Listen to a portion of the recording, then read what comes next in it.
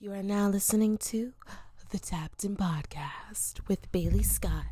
I just took my hair out of the curlers and I'm just feeling so cute. Hello, y'all. Welcome back to the Tapped In Podcast.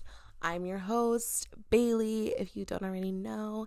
And on this podcast, we talk about so many things.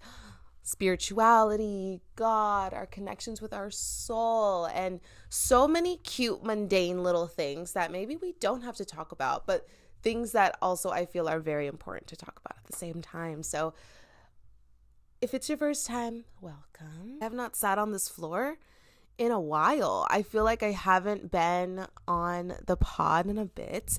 I've been a little bit busy, of course, like everybody. So I'm just like, whoa, this hair. I've been a little bit busy, and it's just, I don't want to say it's so hard to find, whoa, it's 11:11, crazy. I don't want to say that like, oh, it's so hard to find time, but like it does get difficult and tricky being an adult, trying to find time for like rest, but also find time for creativity, but also find time to do like adult things like homework. Well, for me, homework, cooking, bills, blah, blah, blah, work. So it's definitely been an interesting thing for me to navigate as a young adult, but I really feel like I'm doing my best to figure it out. And if you are on the same journey, I feel like I should make a podcast episode about like time management. But that to me is just so boring. Like, who wants to hear about that? No one. No, I'm just kidding. Time management is so important, and trying to figure it out as an adult is definitely something that, you know, I'm still trying to juggle. So that's why I definitely know I couldn't do a podcast episode about time management, because I don't know. I wouldn't have any answers. I would just be discussing what I struggle with time management. And it's not that I have bad time management. It's just the fact that I like, for example, if I get a creative burst, it's at like 12 a.m. and I need to wake up early. So like, it sucks when you have a creative burst at 12 a.m. because it's like you want to follow that creative burst, but you also want to make sure to like get up at a reasonable hour. And that to me is where I'm like, okay, well, before that I was, okay, we're not going to get into it. We're not going to get into it because it's just like, I'm like making excuses. We just need to figure out time management, and it's going to happen. It's going to happen in time, and we're not going to rush the process, and everything's going to be fine. But yeah, I know that I'm still a young adult, and I know a lot of you listening are young adults that understand that this process just kind of happens in life, where we kind of don't get the best amount of sleep or don't eat the best kinds of food. And that's just because we're trying to figure this adult stuff out. We're still babies in the adult world. So technically I'm 4 years old, if you really think about it, because I'm turning 24. Anyway, today's topic, meditation has been, I have like a lack of notes today. I'm going based off feeling. The meditation has significantly been the one thing that has kept my relationship with the divine and with God and with my purpose in this life at an all-time high. Like, I can't even like begin to describe the amount of beauty that has come from meditation. And I feel that a lot of people that don't meditate don't get it, because of the fact that it's like, what do you mean you're just sitting there doing nothing? How is that solving anything? How is that achieving your dreams? Like, how is that doing anything? But I just wanted to give you 5 crucial things that have changed my life within meditation, and hopefully it inspires you to at least want to try. And if you tried and you didn't like it, then at least you tried. But as someone that's been meditating for years, it does take so much patience and persistence. Like, I feel that I finally, after years of meditating. I feel like this year and last year, but specifically this year, I feel that now when I meditate, I have never felt so connected and have never gotten so deep into my meditations before until like this year. And I've been doing breath work. I've been meditating with like reading Becoming Supernatural. If you know, you know. It's a book by Joe Dispenza all about meditation. But yeah, just reading all of these spirituality books and then like doing all of the guided meditations on like YouTube. And just like I've been through so many phases with my meditation journey that you would think that it would have come quicker or come sooner, but not even kidding. I've been meditating for probably 5 years now, maybe longer. And now I've officially feel like, and some days I'm a human being. Some days are off. Some days are off kiltered. Some days don't look the same as yesterday. And some weeks don't look like the same as last week, you know? But I feel like I've finally gotten a grasp on how to have a successful meditation relationship. And I just want to kind of give some insight on where I started, how I got to where I am, and 5 ways that it has changed my life. I want the first one to be my connection with God has never felt so deep. Am I getting into church and scripture very, very much this year? Yes, this year and a little bit of last year has been such a significant part of my spiritual journey with Christ. But with my meditations, though, I have never been able to be so connected with God because of the fact that when I think about meditation, I think about myself having personal time with God. I think it's us having us time. When I meditate, I'm thinking like, okay, God, this is the time where you can come through to speak to me. You can come through to tell me what I need to hear or show me what I need to see. And if there are really, really rough days meditating, like if there are days that nothing's coming through or I just have thoughts racing through my head or whatever the case is, then I know that I'm not focusing on God, and I know that I'm not focusing on what God is trying to I'm having deja vu. Whoa.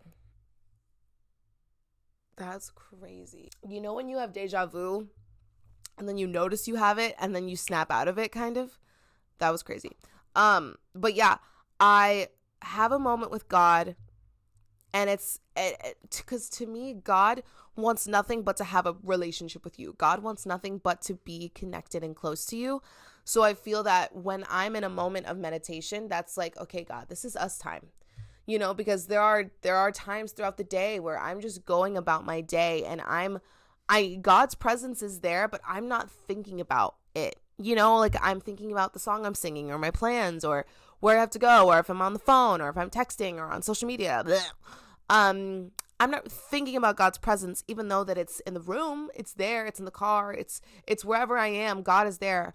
But I feel like when I meditate, I'm finally allowing myself to feel God's presence, and I'm finally allowing myself to just be in a moment with God. And I feel that a lot of us don't do that. I feel like a lot of us take God's presence for granted because, for one, we don't acknowledge it, or we kind of just pass it off as like, oh, God doesn't know me, like, or just kind of just passing God off, being like, oh, God just doesn't move in my life. And we just say things like that just to kind of convince ourselves that God doesn't love us or doesn't forgive us or whatever. But truly, like, God has always been there and God will always be there. And I think that when I meditate, I can truly, truly, truly be able to feel that everlasting love that exists. And it's just so eternal and it endures forever. And it just is a love that is uncomparable. And I think in meditation, I've been really, really able to feel that love. And something that you can do if you really want to like tap into more of like feeling God in the present moment through meditation, again, it comes with practice. So give yourself grace. I give myself grace every day because there are some days that I just can't feel it. And even though I know it's there, there's just some days it just doesn't come through as easily as other days, and that's just our human mind. That doesn't mean that God's distant. It just means that our mind and our physical body is just trying to figure out okay, where do you want to be? Do you want to be asleep? Are you hungry? What are you trying to do? Because it seems like God's presence is right there and you're over here. God's not far, we're far, but I think that in those moments when you are meditating and you want to try to feel God's presence more, I think something you can do is just when you're sitting and meditating, and say you're listening to a guided meditation, really just try to feel, what does being in love feel like to you?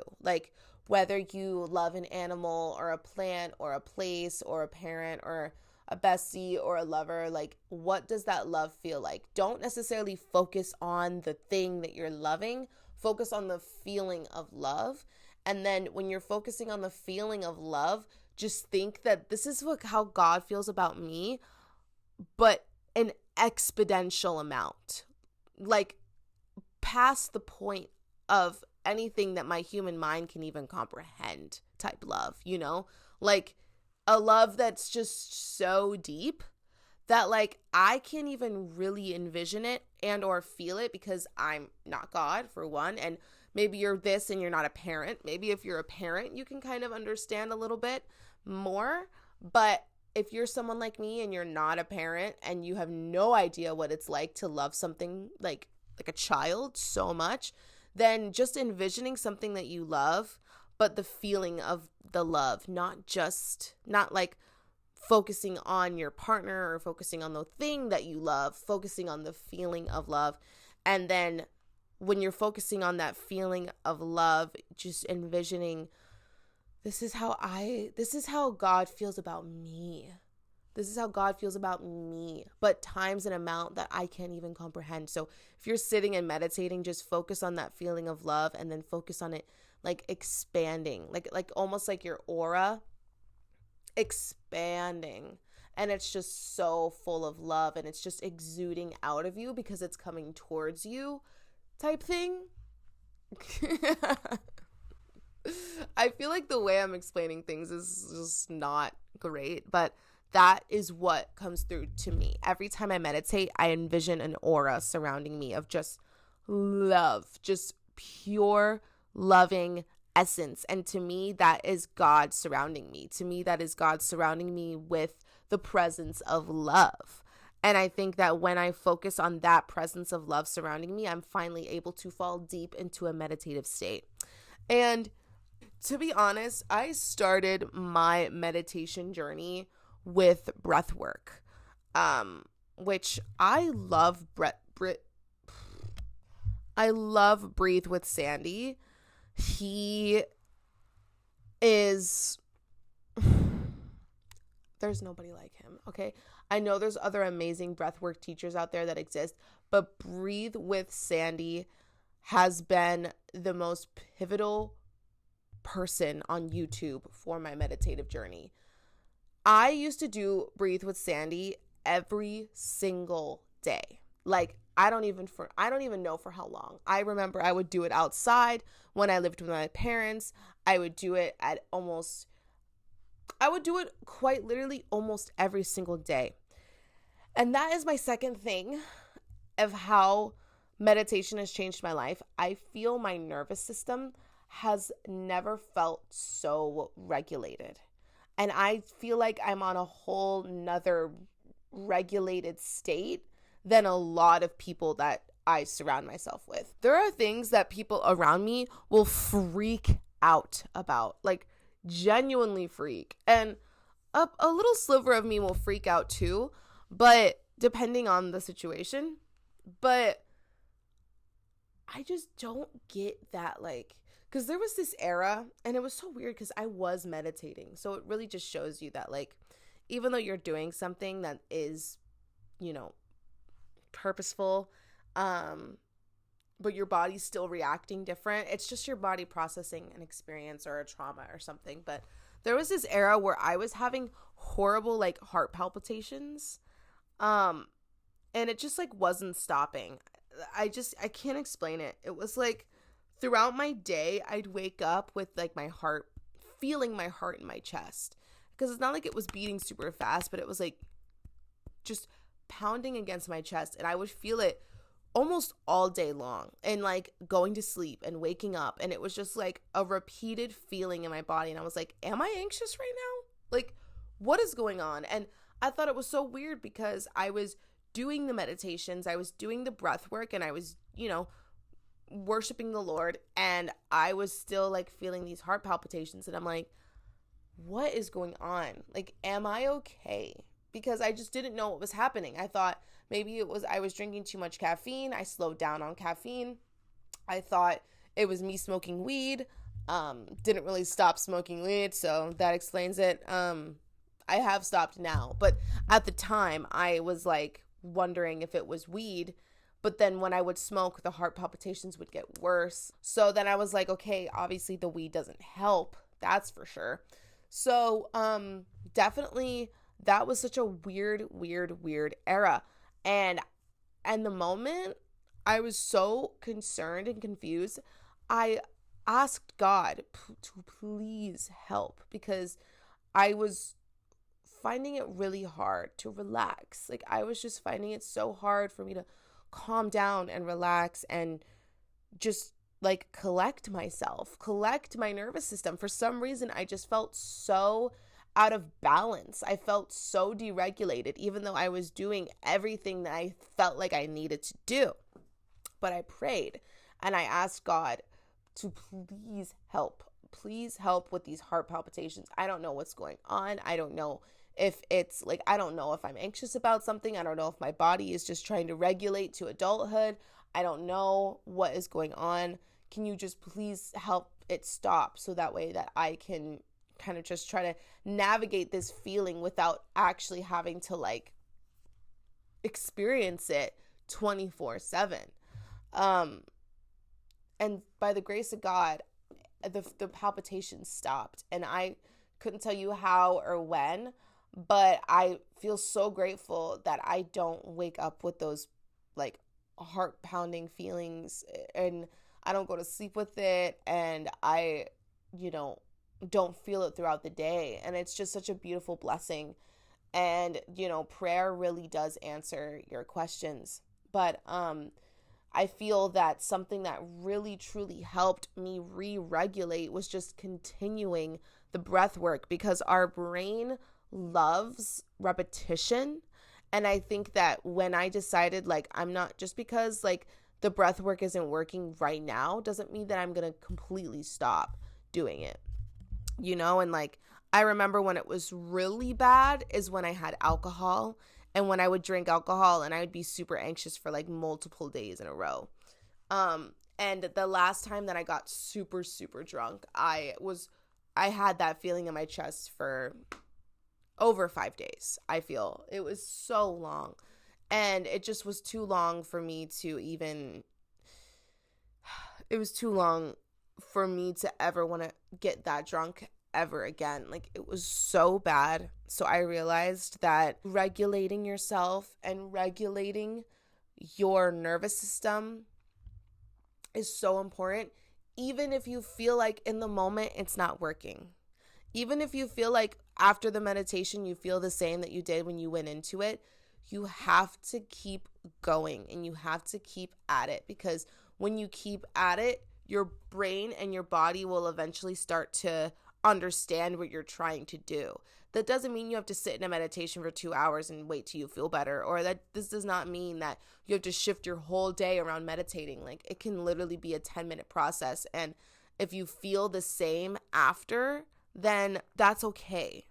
You just have to give yourself grace and understand that things don't happen right away, but there will be a time that things will shift back, and you just have to come to terms with the fact that, okay, I'm really anxious right now. I'm really deregulated. I need to get my body back to regulation, and that might not come from the first, second, or third time. It might come after the fourth, and then some, So you just have to give yourself some grace and time.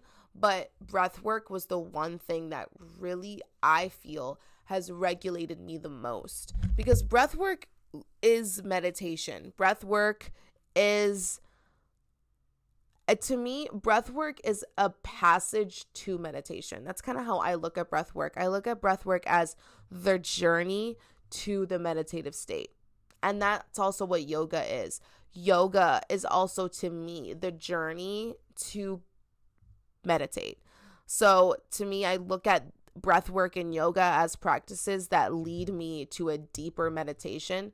But I also feel like I've been doing breath work and yoga for so long, to the point where I'm like, I just want to get to the meditation. And so then when I do get to the meditation, I feel that I've gotten to a place where I've gone through all of the trials of like not wanting to get into yoga, not wanting to do the breath work, not wanting to do all of that, and wanting to do it. And so going through the journey of, trial and error, and then finally just being like, I just want to meditate. Like, I just want to meditate. And I feel like I've been really, really able to get to that point where I can just meditate, and it's great. The third thing that has benefited my life because of meditation is I feel that I don't react like as heavily as I used to.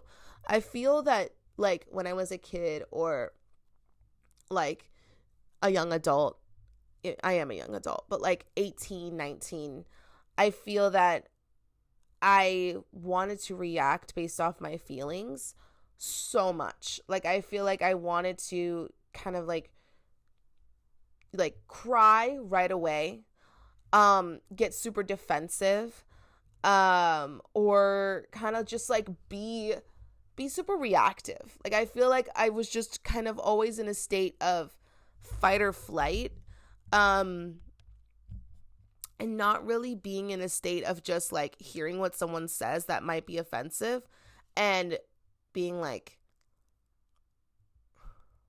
like pausing. I feel like meditation has showed me the beauty in pausing. And I think that when I pause before reacting, I'm really able to actually see what is wrong.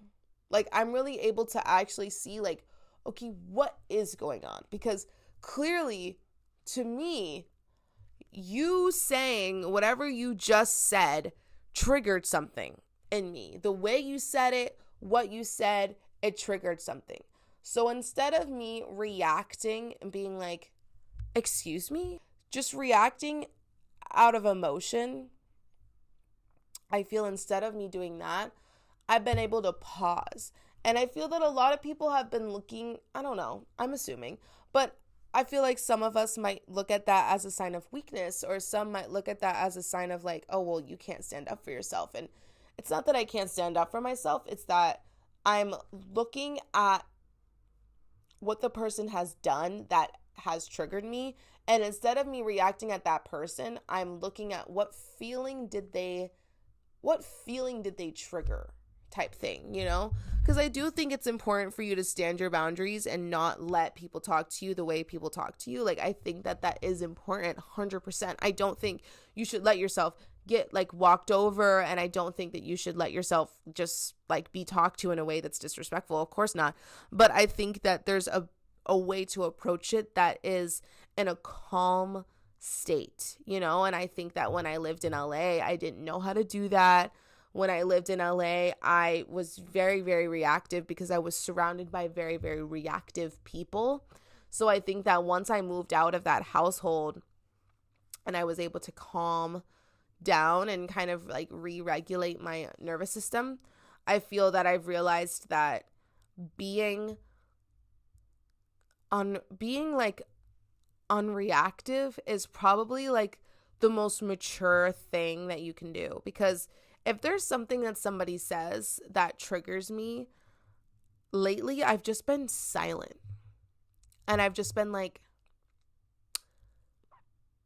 processing what that feeling means. Because if what they said to me triggered me, then obviously it's not just the fact that they said it sometimes, but most of the time it's the feeling that's attached to what they said. Not their feelings attached to what they said, but the feeling that they triggered in me. You know what I'm saying? And that to me is more important than trying to get my point across to them. Or to me, it's more important for me to navigate the feeling that they triggered instead of tell them off. And that to me, like, yeah, sometimes there's people that just piss you off. Like, sometimes there just is a moment where you're just pissed off and someone did something that just pissed you off and you just want to say, like, you.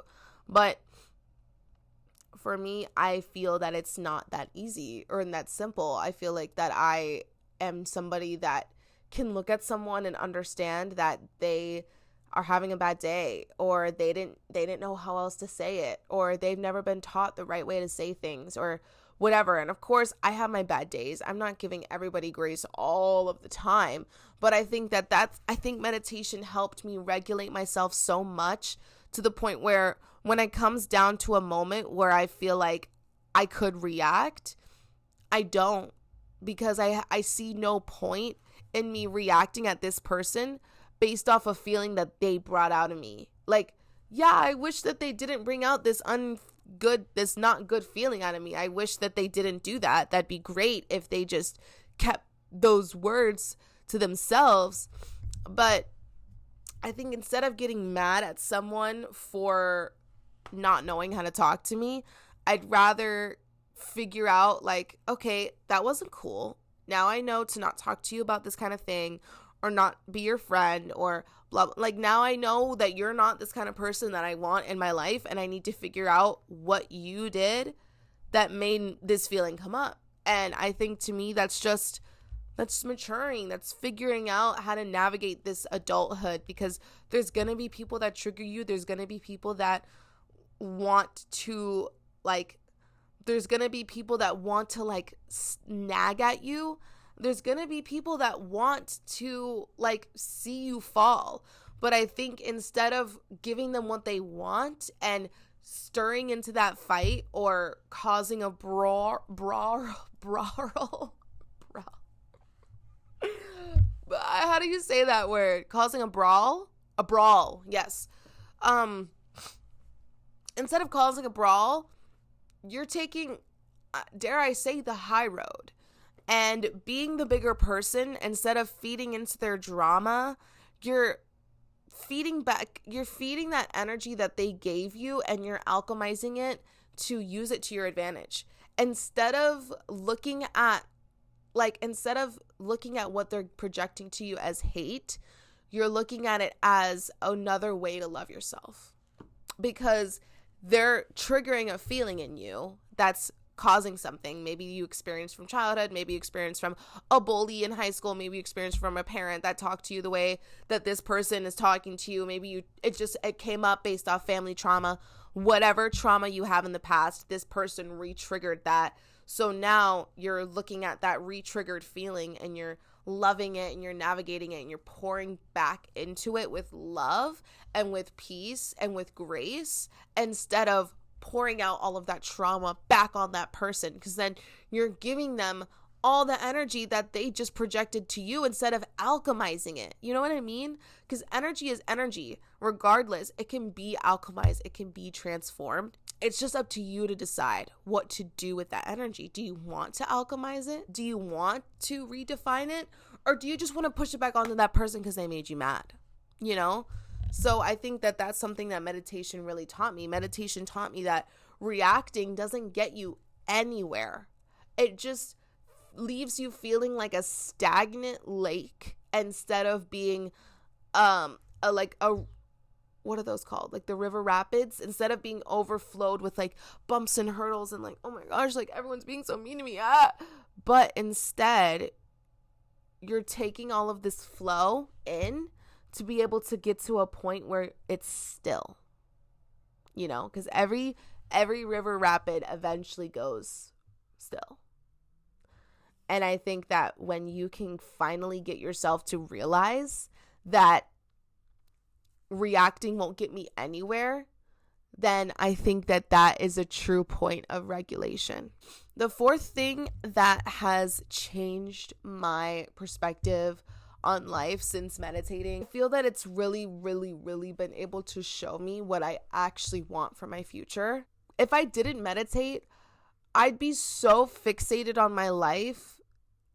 I'd only be fixated on what's not working. Because if I were to look at my life like in a lens of a deregulated, unmeditating, unspiritual person, if I were to look at my life through that lens, I'd be like, what are you doing? What do you got going on? Because, and maybe that's coming from a place of judgment, but I'm just being honest. If I were me, deregulated, unspiritual, and not connected with God, I'd be looking at my life and I could have some things to be grateful for, but I don't know if I'd love my life as much as I love it because of meditation. And I think that meditation has been able to really show me, okay, like, you don't just want the followers or the money or the trips. You want the feelings that come with these experiences. And instead of me waiting for the money or the trip or the community to come, I'm just going to feel the feeling now. I'm just going to feel the feeling now. Because what is the point of me waiting and waiting and waiting for it to be in the physical, when if I'm envisioning this life that I crave and desire so much, why not just feel those beautiful feelings that I'm craving to feel? Because yes, I want to see the beautiful nature out there in the world. Yes, I want to see my own community face to face. Yes, I want to be able to create what I want to create and not have a regular day job. Yes, I want to be able to be with the love of my life and us create a baby and a life together somewhere in Hawaii. Like, yes, that is what I want. All in all, yes. And thankfully, my meditations were able to show me that that is what I want. But I feel like instead of me just like being ungrateful and unhappy with what I have in the present moment, and instead of being just a deregulated person that can look at my life and be like, ugh, I just feel like I'm going nowhere. I just feel like I'm doing nothing, blah, blah, blah. Instead of looking at my life like that, I can sit in the feeling that I want to feel, and I can sit in the feelings that I want to generate for my future self to feel. And when I think about those feelings, well, I think about the kind of experiences I want to have. So I think about the trips I want to take. I think about the future home that I want to build. I think about the future family I want to build. I think about the future community I want to build. I think about the art that I want to make. And yes, me thinking about those things generates those feelings in my body. So once I feel that those feelings have been crafted and I have a specific visual in mind, once that's crafted and once that's like specific and I'm not thinking about too many things all at once, I have one narrowed down picture that I see in my head. I think about that picture, I generate it, and I generate that feeling that this picture is bringing. And then I think about the beauty of what it's like to feel this feeling in the present moment right now. And so I feel that meditation has helped so much with me being able to be like, wow, like what I want for myself and what I want for my future self, it's not impossible to feel because I'm feeling it right now in this moment. And I think that when I feel it in the moment, I can really, really envision it clearer and clearer and clearer. And then it just becomes a no-brainer. It just becomes like, okay, so this is going to happen. When, how, is it going to look exactly like my visualization? I don't know. But the fact that I can feel this feeling now and I don't even have anything in the physical yet, the fact that I can feel it is a sign enough within itself for me that it's going to happen. And I just want to tell you guys this one visual that always, always, always comes to mind. Never has not. It never has stopped coming to my mind since meditation. Like, because you know how sometimes when you meditate and they go like, think about yourself in the most peaceful place you could ever be. Sometimes guided meditations tell you to visualize something calm, somewhere that you just feel totally relaxed, and that is a different place for everybody. But for me, ever since starting meditation, there's one visual I have in mind. One. And it comes to mind every single time. And the visual is, I wish I could paint. Because if I could paint, I'd paint this. So the visual is, I'm sitting on like a cliff, kind of. But it's not like a high cliff. It's like, it almost like it leads to a beach. If you think of like, I don't know if a sand dune is the right way to put it, but if you think of like the beach and then it's almost like a little hill, right? But it's grass. So I'm sitting on this little hill with grass. There's a tree to the left of me. It's a big tree with a little bit of shade. I'm sitting on this plot of grass. It's almost like it was crafted for my body. It's almost like there's an indent in the ground that it was specifically crafted for it to be my meditative spot. There's like an indent in the ground where like the roots are crafted from the tree. The roots are crafted perfectly for me to sit and meditate there.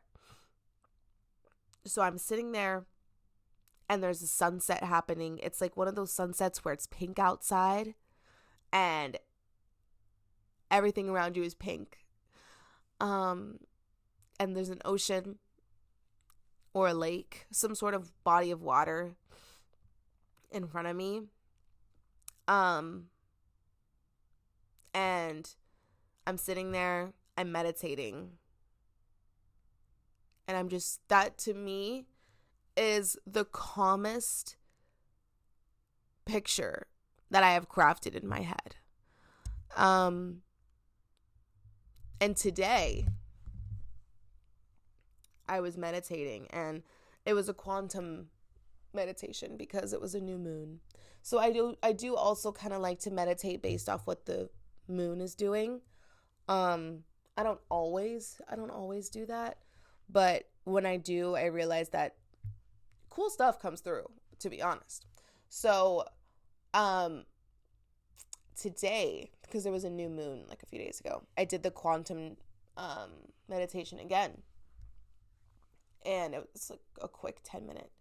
So, I sometimes when I meditate, I pray and I'm like, God, give me something that you want me to see. Give me a visual that you want me to see for my future. Because since it was a quantum leap, you close your eyes and you envision yourself in the quantum field and you're surrounded by possibilities. You're surrounded by so many things that could happen to you in your life and for you, And so I'm in this quantum field, and instead of me just like crafting something out of my own brain, I wanted God to give me a visual. And so I asked God, please give me some sort of insight that you want me to see. Like, what do you want me to see for myself? Like, there's a lot of things that I want to see, but what do you want me to see, right? So I said that to God, and this visual came to mind. I'm in this spot looking at this same sunset, body of water, perfectly crafted spot for me. And then I see a little boy. Like, I feel like a little presence, like a little boy, run up beside me and starts to meditate with me. And at first I see like him kind of like annoying me, but I just don't leave my meditation. I stay in my meditation.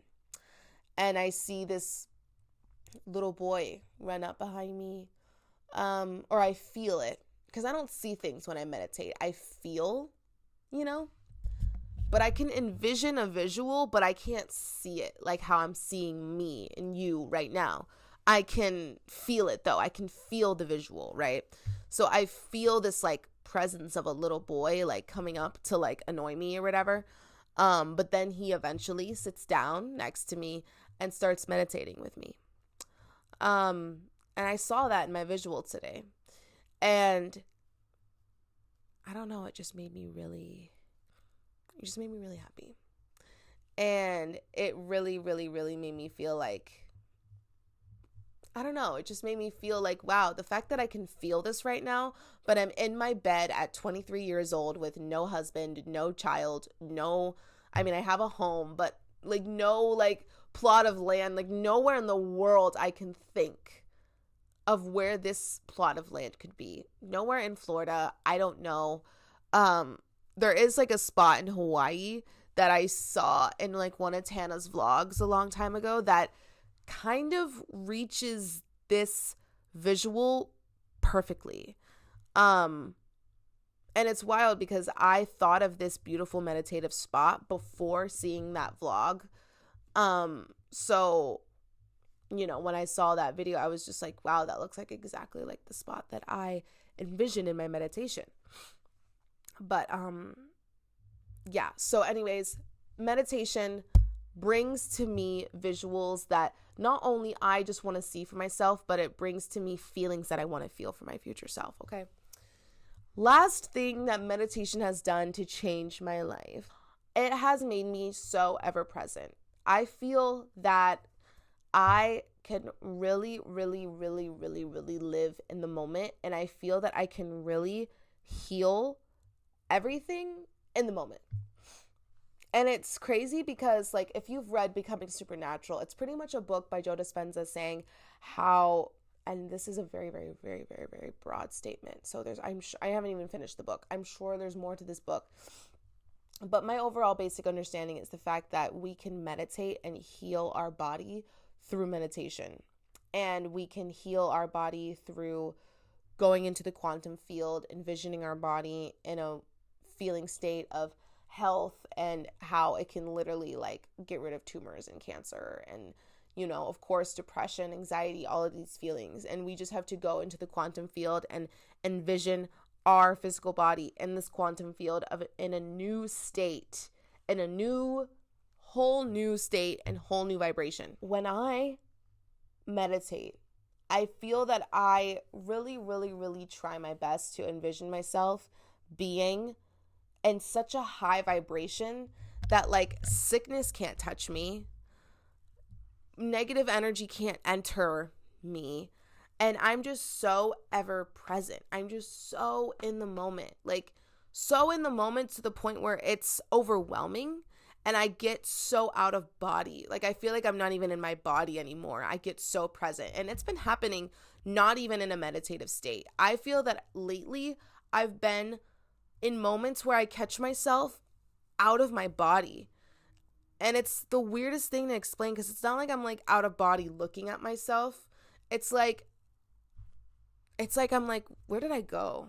You know what I mean? Like you have to, oh my gosh, it's so weird explaining it if you've never felt this before.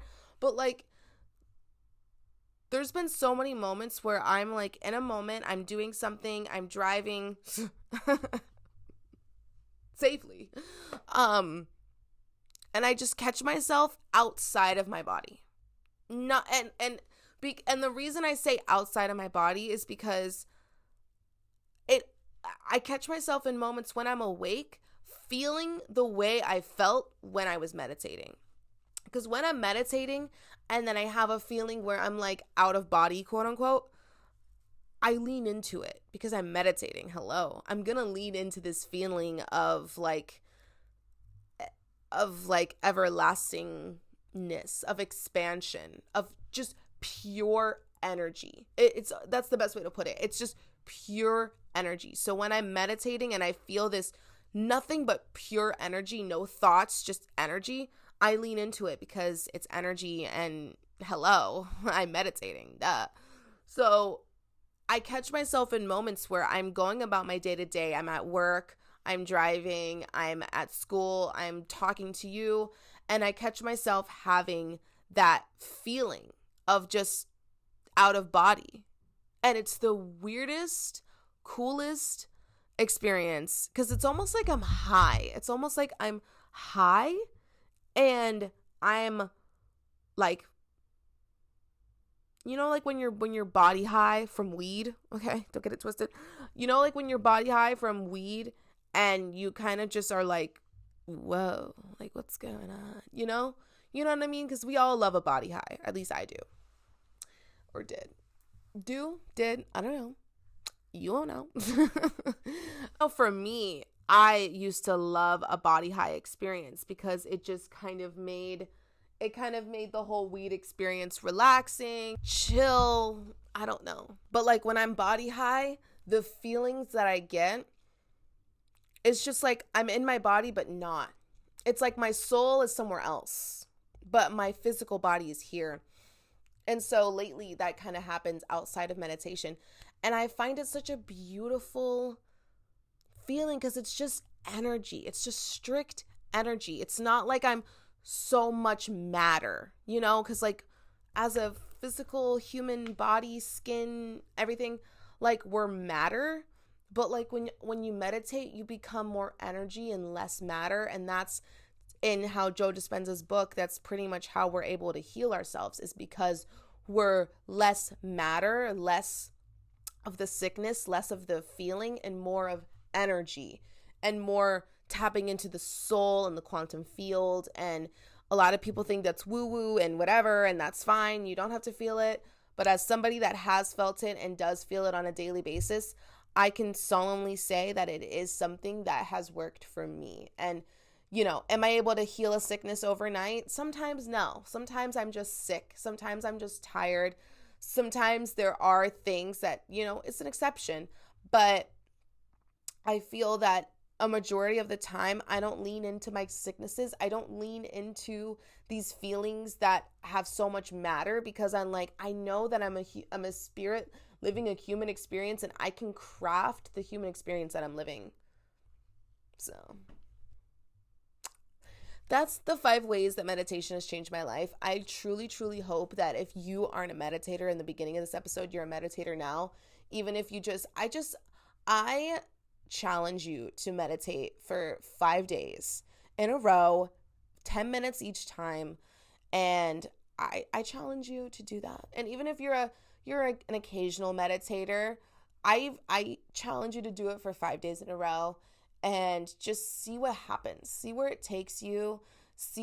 Okay, if you're an occasional meditator, I think you should do it for like 2 weeks straight, each day in a row. Because if you're an occasional meditator, you get the feelings. But if you're someone that just does not meditate whatsoever, I challenge you to do it for 5 days straight. And I really, truly think that you're going to be able to feel what I'm talking about in the tiniest bit amount. And if you need to start with breath work, that's the best way to start because you're starting with a breathing practice and then you're leading it into a meditation. And it's just the most beautiful thing. So I hope you guys enjoyed today's episode. Thank you so much for tapping in. And I'll see you in the next episode. Mwah! Bye!